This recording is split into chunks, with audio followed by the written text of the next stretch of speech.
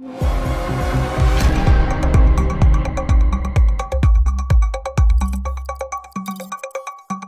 fleuve Congo, notre plus grande richesse naturelle. Cette grande route fluviale qui permet aux bateaux et surtout aux pêcheurs de naviguer chaque jour.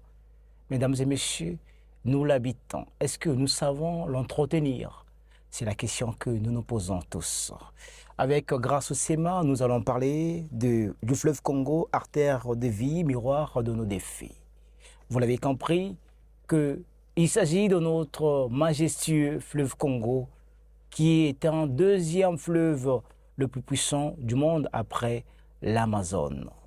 Mesdames et messieurs, bienvenue sur cette nouvelle édition de Débrief.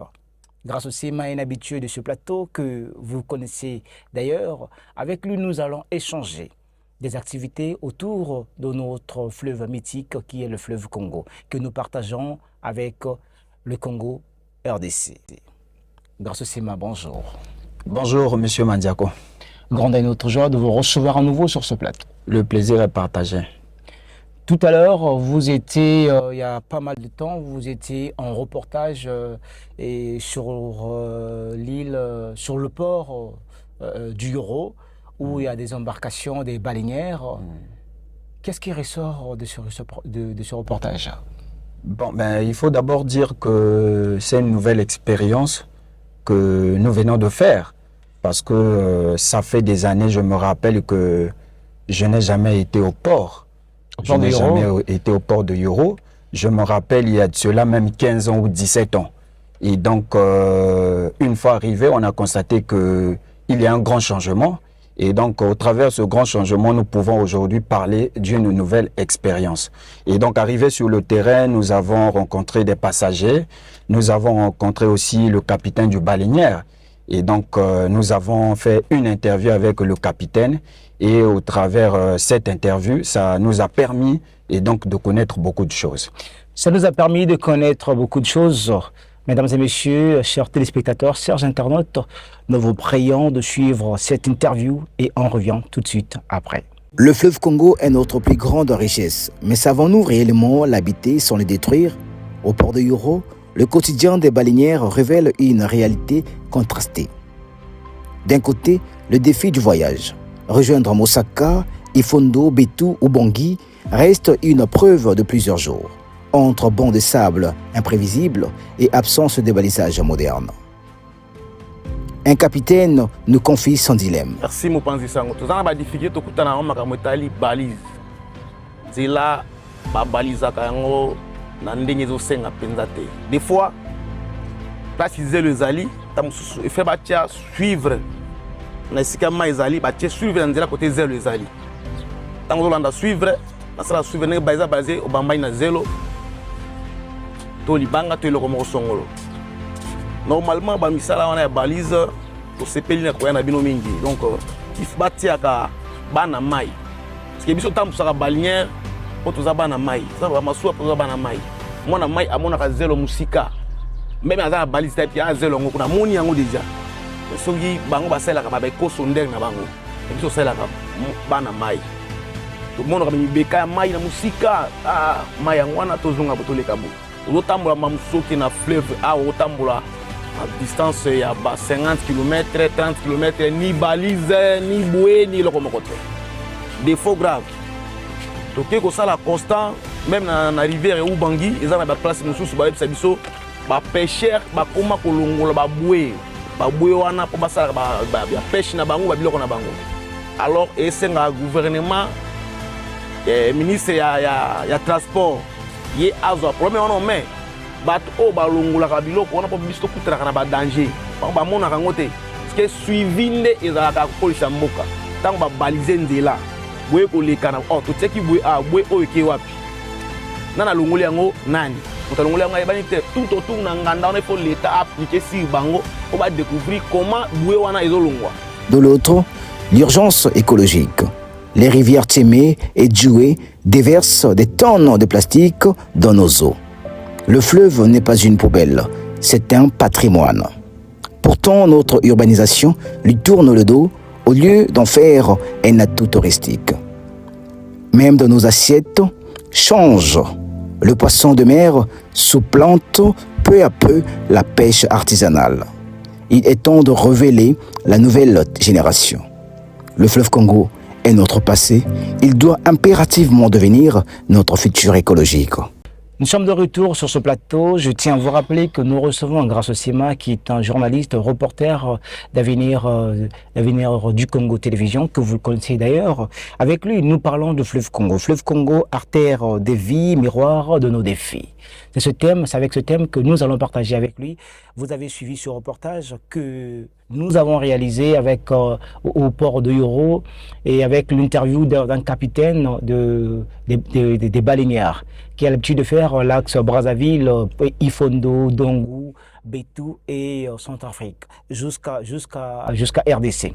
Alors, grâce au CEMA, le fleuve Congo, notre patrimoine commun, notre richesse naturelle. Aujourd'hui, aller de Brazzaville jusqu'à Betou, en passant par Betou jusqu'à Bangui, par des baleinières. Dis-moi, monsieur Grasso Sima, quels sont les obstacles techniques? Je sais que le capitaine venait de le mentionner dans cette interview que nous venons de voir.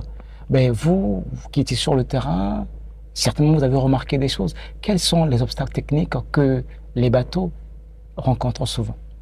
Merci beaucoup, Monsieur Mandiako. Je peux dire qu'il y a plusieurs obstacles. La première obstacle, c'est la balise de la voie. La voie n'est pas balisée comme il se doit. Et lorsque la voie n'est pas balisée comme il se doit, cela crée un accès aux capitaines des baleinières de connaître des naufrages. Et la deuxième des choses, c'est le comportement des pêcheurs. Il y a certains pêcheurs, quand ils arrivent pour pêcher, ils enlèvent les bouées. Les bouées sont des éponges, sont des appareils comme des éponges qui signalent au capitaine lorsqu'il y a un danger. Vous voyez? Alors, lorsque ces pêcheurs arrivent, ils enlèvent les bouées. Alors, lorsqu'ils enlèvent les bouées, lorsque les capitaines arrivent, quand il y a un danger, ils ne savent pas. Du coup, dans l'ignorance, ils connaissent ce qu'on appelle par le naufrage. Et donc, je pense qu'il est de la responsabilité des gouvernants de sensibiliser certains pêcheurs qui se comportent ainsi. Et il faut dire que lorsqu'ils enlèvent les bouées, ils mettent les pierres. Vous voyez, un grand danger qui crée aux autres de ne pas bien faire leur travail. Alors je pense que, comme je disais tantôt, il est de la responsabilité de sensibiliser ces pêcheurs-là, certains, qui se comportent mal en faisant ce genre de pratique. La troisième des choses, c'est le manque d'entretien des baleinières. Vous savez, monsieur Allais, il y a une étude qui prouve que lorsque il n'y a pas d'entretien, lorsque le baleinière n'est pas entretenu, lorsque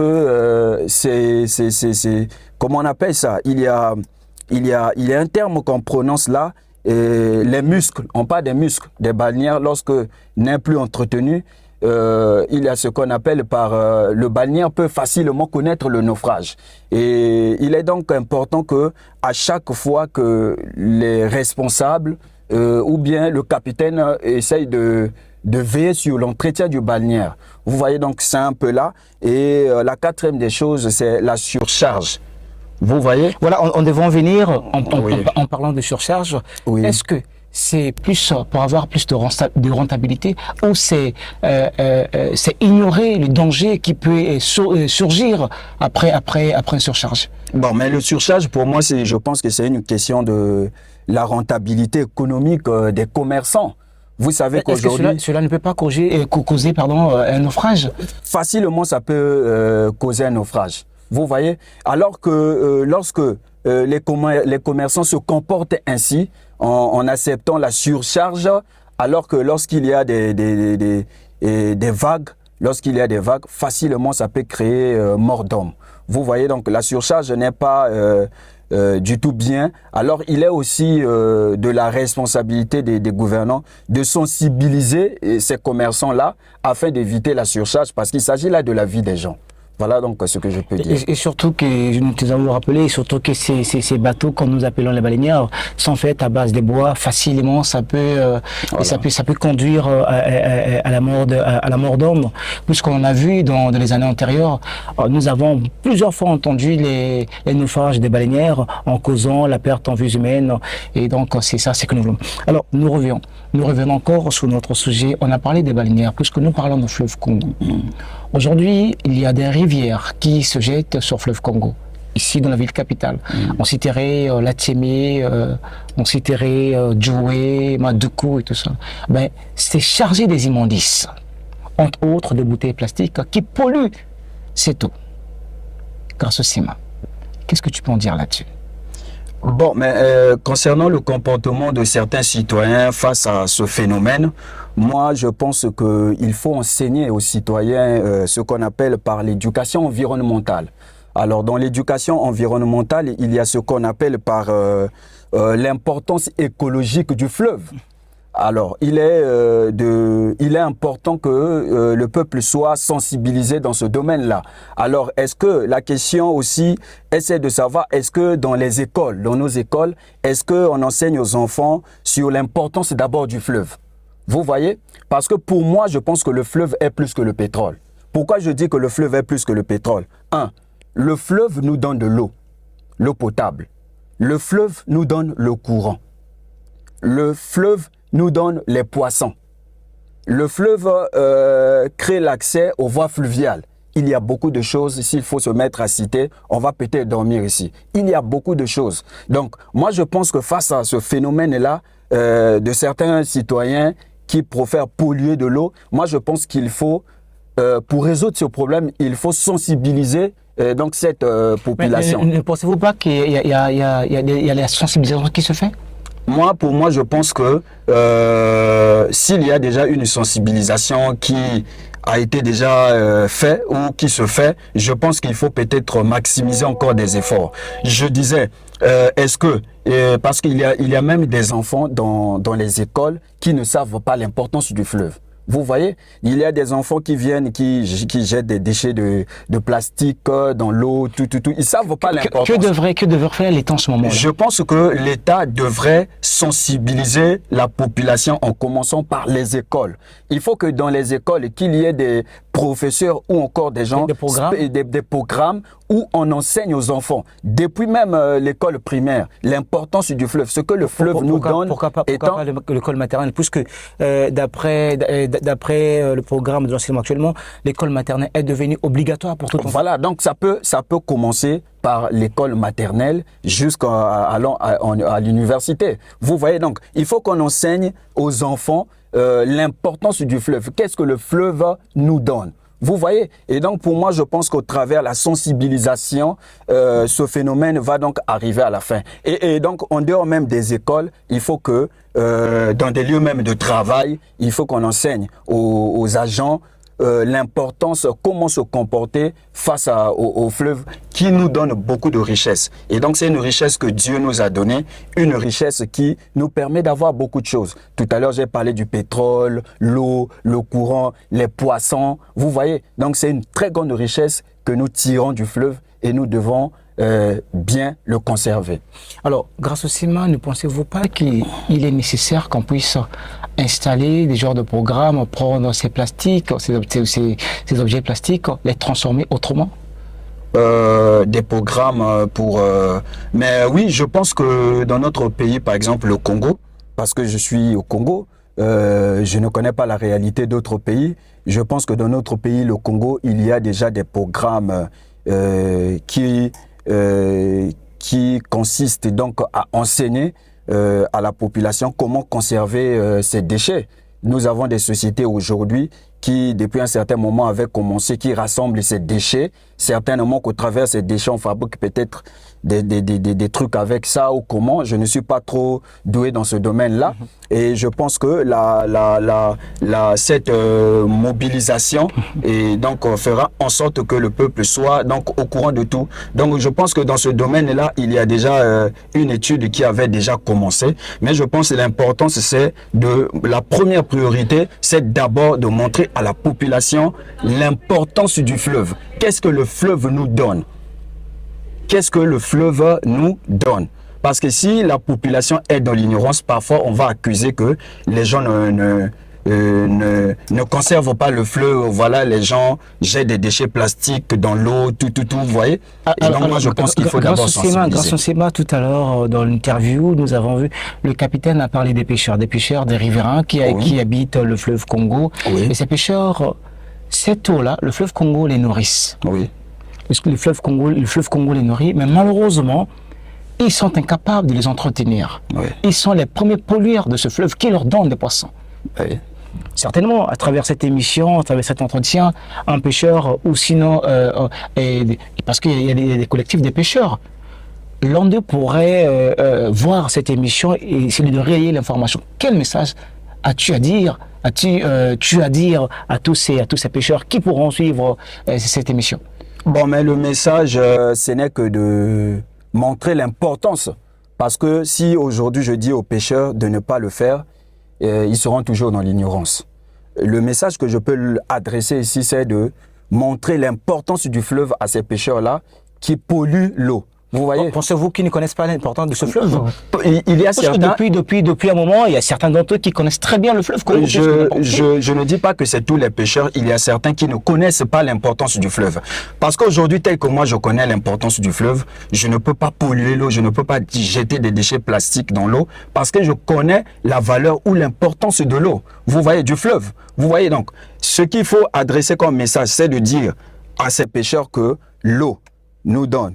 Le fleuve nous donne de l'eau potable, le fleuve nous donne le courant, le fleuve nous donne les poissons et donc il est donc de la responsabilité des citoyens de le conserver pour que cette eau ne soit pas polluée. Voilà donc le message qu'il faut donc adresser aux pêcheurs qui sont certainement dans l'ignorance. Alors, depuis un certain moment, nous avons remarqué, parce que c'est pas pour rien que j'ai bien voulu qu'on parle des pêcheurs, qu'on lance ce message aux pêcheurs. Depuis un certain moment, nous remarquons que dans nos assiettes, il y a plus de poissons de mer que des poissons d'eau douce. Est-ce que nous assistons déjà à une partie de l'identité culturelle, puisque la pêche dans les eaux douces, c'était pour nous quelque part une culture. Est-ce que nous assistons à cela? Une perte, à cette perte d'identité. Une perte d'identité, moi je dirais non. Je dirais tout simplement que le domaine de la pêche n'est pas vraiment trop valorisé. Vous voyez, la preuve en est. Qu'est-ce qu'on doit faire réellement? Voilà, donc avant d'arriver là, un ancien président congolais disait à la population que les poissons mouraient de vieillesse. Si les poissons meurent déjà de vieillesse, ça veut dire que le domaine de la pêche n'est pas valorisé. Alors qu'est-ce qu'il faut faire? Il faut maximiser les efforts. Vous voyez? En faisant quoi par exemple? En achetant par exemple les bateaux de pêche. Nous sommes au 21e siècle, la pêche ne se fait plus de façon traditionnelle. La pêche se fait actuellement de façon moderne. Vous voyez, une pêche qui se fait de façon moderne se fait à l'aide des outils. Vous voyez? Et lorsque je parle des outils, je vois ici les bateaux de pêche. Vous voyez, il faut que l'État s'organise, avoir une politique où ils vont acheter les bateaux de pêche. Pour que, au travers de ces bateaux de pêche, ça va faire en sorte que ces pêcheurs puissent pêcher beaucoup de poissons pour éviter que les poissons meurent de vieillesse. Vous voyez, je crois que dans notre pays, par exemple le Congo, si on arrive à acheter des bateaux de pêche, à maximiser les efforts dans ce domaine-là, et on ne mangera plus des congelés. Et avant qu'on interdise aux Congolais de ne plus manger des congelés, il faut qu'on essaye de réfléchir et établir une politique. Qu'est-ce qu'on doit faire? Comment faire? Et quelles sont les stratégies à mettre en place pour que les Congolais ne mangent plus les congelés? C'est possible, je le dis bien, c'est possible que les Congolais abandonnent les congelés. Mais pour que les Congolais abandonnent les congelés, qu'est-ce qu'il faut faire? C'est ça la plus grande question. Il faut acheter les bateaux de pêche. Il faut financer ce domaine-là de la pêche. Monsieur Alain, est-ce que vous savez que je vais d'abord parler de l'Afrique. Je connais certains pays d'Afrique, pour ne pas citer les noms, qui ne vivent que de la pêche. Vous voyez? Je connais des pays en Afrique qui ne vivent que de la pêche. Et donc, si on arrive à maximiser des efforts dans ce domaine-là, je pense qu'on parlera plus du pétrole, on parlera de la pêche, on parlera peut-être d'autres domaines. C'est un domaine qui a beaucoup de richesses, c'est un domaine qui va faire en sorte que les Congolais soient même en bonne santé. Vous savez l'importance du poisson déjà dans la vie, surtout le poisson frais dans la vie des citoyens. Voilà, donc c'est ça ce que je peux dire. Alors, chers internautes, chers téléspectateurs, nous tenons à vous rappeler que nous parlons de notre majestueux fleuve Congo. Nous l'habitons, est-ce que nous savons l'entretenir? C'est ce fleuve qui nous permet de naviguer, qui nous permet de pêcher. Malheureusement, certains citoyens qui ne connaissent pas son importance ne cessent de jeter des objets plastiques qui polluent cette eau cette eau du fleuve que nous aimons, qui est le deuxième fleuve le plus puissant du monde, après l'Amazone. Et grâce au CEMA, je reviens vers vous. Grâce au CEMA, dis-moi, quel message adresseriez-vous, une fois de plus, à toutes ces personnes, beaucoup plus aux générations futures? Puisqu'on dit une génération passe, une autre la remplace. Nous voudrons bien que les générations futures puissent bien entretenir ce fleuve majestueux, puisque si nous avions fait des erreurs, qu'ils ne puissent pas emboîter le pas. Quel est ce message que tu as adressé à cette génération? D'abord, il faut commencer par les gouvernants. Parce que si au niveau des gouvernements, il n'y a pas une politique de valorisation, je pense que la nouvelle génération ne fera qu'emboîter le pas. Vous voyez? Déjà, je vais prendre un exemple simple. Si je suis un père, dans une famille, je prends la cigarette devant mes enfants, je pense que quand les enfants vont voir à tout moment et quand à un âge donné, ces enfants vont dire, si le père arrive à fumer, ça veut dire que la cigarette est bonne pour la santé. Le père aussi les enfants aussi vont emboîter le pas. Et donc, il faut d'abord lancer un message aux gouvernants de s'organiser. Et s'il faut lancer un message par rapport au domaine du fleuve, moi j'ai constaté premièrement le manque de cadre réglementaire. Il faut que les gouvernants ou le gouvernement arrivent à s'organiser pour établir un cadre réglementaire qui va faire en sorte que ce domaine soit vraiment valorisé. Le deuxième problème, c'est l'insuffisance des moyens techniques et financiers. Le domaine de la pêche n'a pas de moyens techniques. La preuve en est, nous étions sur le terrain, vous étiez là, Monsieur Mandiako. Vous avez entendu de vous-même comment le capitaine lui-même a évoqué des difficultés. Vous voyez, il faut que le gouvernement arrive à mettre en place des moyens techniques et financiers pour faire en sorte que ce domaine puisse aller de l'avant. Alors, quand je parle... voilà, le temps nous presse. Voilà. Et vous avez parlé au gouvernement, mais je vous avais posé la question parce qu'il faut parler aux générations futures. Voilà. En un mot, voilà, on peut de temps. Donc ça, c'était au gouvernement. Je ne vais pas aller plus loin parce qu'on n'a plus assez de temps. Maintenant, à la génération future, c'est de prendre conscience, de chercher à connaître l'importance écologique du fleuve. Et donc de se renseigner, de faire des études là-dessus et aussi de conserver le fleuve que nous avons comme une bénédiction, de ne pas polluer au travers des déchets et donc et aussi de dire à la jeunesse que la pêche est un domaine qui a beaucoup de richesses, un domaine qui va faire en sorte que les Congolais soient en bonne santé. Voilà ce que je peux annoncer comme message. Alors, chers jeunes, je m'adresserai aussi à vous. Vous devez connaître l'importance de ce majestueux fleuve Congo et sinon aussi l'importance de la pêche. Nous devons protéger ce fleuve qui nous nourrit, qui nous permet de voyager. Pour ceux qui ont déjà emprunté la voie fluviale, comme moi, quand je partais dans ma ville natale qui est Ifondo, alors protégeons ce fleuve majestueux. Faisons ce que nos immondices, nos objets plastiques n'abîment pas, ne polluent pas ce fleuve que nous aimons tant, qui a tant d'histoire, qui a vu beaucoup de gens passer, qui nous voient encore aujourd'hui, qui verront certainement d'autres personnes demain.